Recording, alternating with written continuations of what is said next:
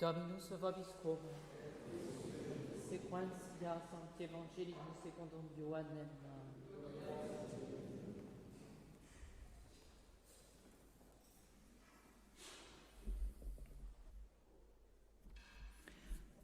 En ce temps-là, Jésus dit à ses disciples que votre cœur ne se trouble pas.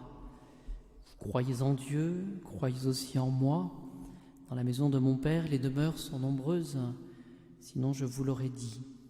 Car je m'en vais pour préparer la place. Quand je m'en serai allé et que je vous aurai préparé la place, je reviendrai et je vous prendrai avec moi, afin que là où je suis, vous soyez vous aussi.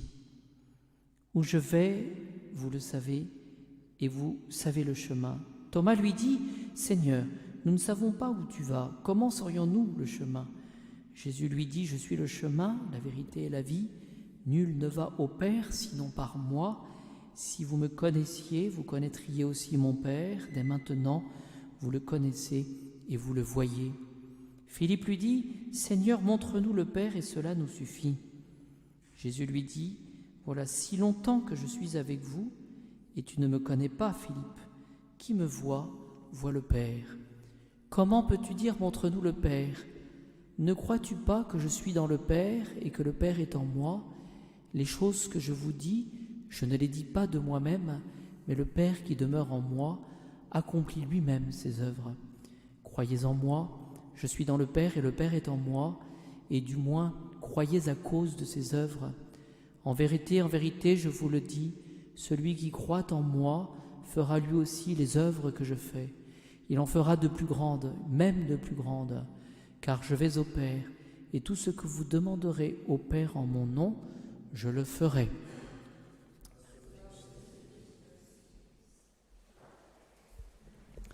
Dans ce passage, bien chers amis, de l'Évangile, il est question de la connaissance de Jésus-Christ.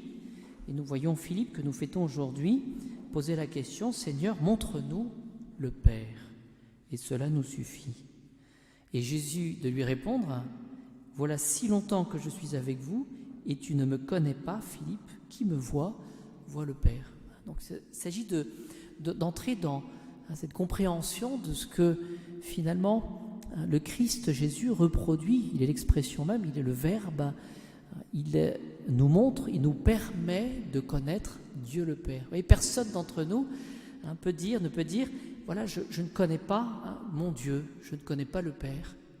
Et ça, c'est pas possible. Pourquoi ? Parce que en connaissant le Christ, nous connaissons le Père.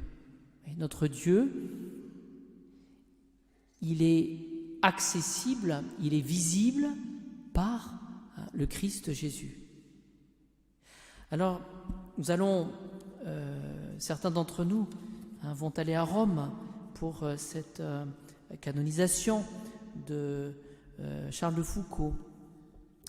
Et j'ai pris quelques notes sur ce qu'il a pu écrire le jour même de sa mort. Nous sommes au 1er décembre 1916. Et on a retrouvé tout d'abord une lettre qu'il a écrite donc à sa cousine Marie de Bondy, où il cite Saint Jean de la Croix. Et si je vous cite ce passage, c'est parce que nous voyons bien que Saint Charles de Foucauld avait essayé de reproduire dans sa vie certains aspects justement de la sainteté du Christ Jésus, et en connaissant et en vivant de la vie du Christ, eh bien, il connaissait le Père. Et c'est ça qu'il faut comprendre. Donc à Marie de Bondy, sa cousine, le 1er décembre 1916, il cite Saint Jean de la Croix. Que dit-il ? Notre anéantissement est le moyen le plus puissant pour que nous ayons la grâce de nous unir à Jésus et de faire le bien aux âmes. Je répète, notre anéantissement est le moyen le plus puissant que nous ayons de nous unir à Jésus et de faire du bien aux âmes. Oui, donc il va nous donner une clé, un aspect justement de cette assimilation, incorporation au Christ. Il vient nous donner le moyen de ressembler au Christ, et plus précisément sous l'aspect et avec ce moyen de l'anéantissement. C'est l'étape, dit-il, indispensable à l'union mystique, à l'union au Christ.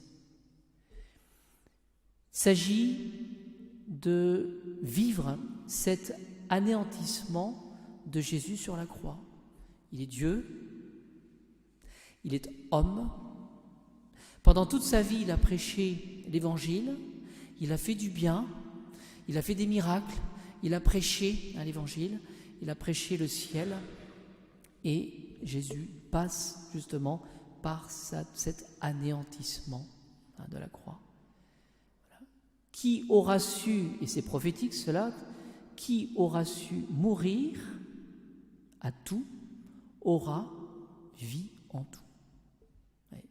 Et nous le savons, notre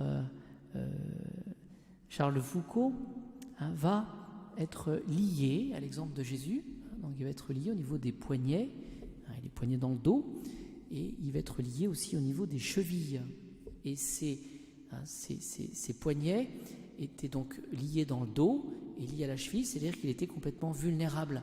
Et quand son propre gardien va paniquer et puis va lui mettre le pistolet sur la tempe, puis voilà, il y a eu un moment de confusion, eh bien à ce moment-là, nous avons une forme d'identification justement à cet anéantissement de Jésus-Christ. Et c'est prophétique puisqu'il avait écrit cela le matin même de sa mort.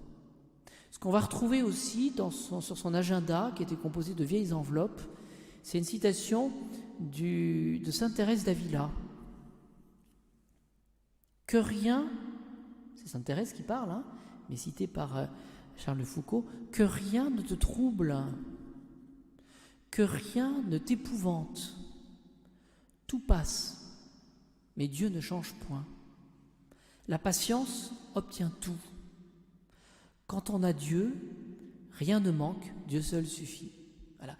Et au moment où Charles Foucault a été appréhendé, justement, fait prisonnier et puis après tué, eh bien, il était en adoration devant le Saint-Sacrement. C'est-à-dire qu'on voit, il y a cette lunule qui a été retrouvée, donc il est mort à côté de Jésus, mais dans un dépouillement total.